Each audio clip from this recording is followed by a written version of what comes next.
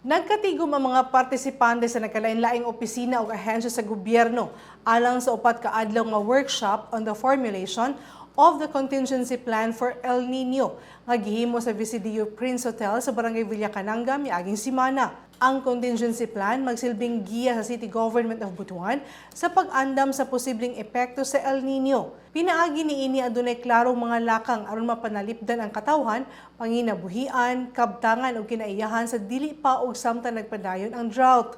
Makatabang ang plano aron mas maandam ang mga komunidad sa posibleng epekto sa El Nino.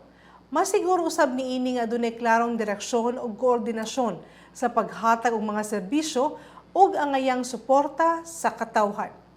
O makatong update ni adlaw alang sa mga updates, follow the like official Facebook page, Instagram o subscribe sa YouTube channel sa Butuan City Public Information Office. Ako si Charmaine Awitan. Daghang salamat ug dalaygon ang Dios.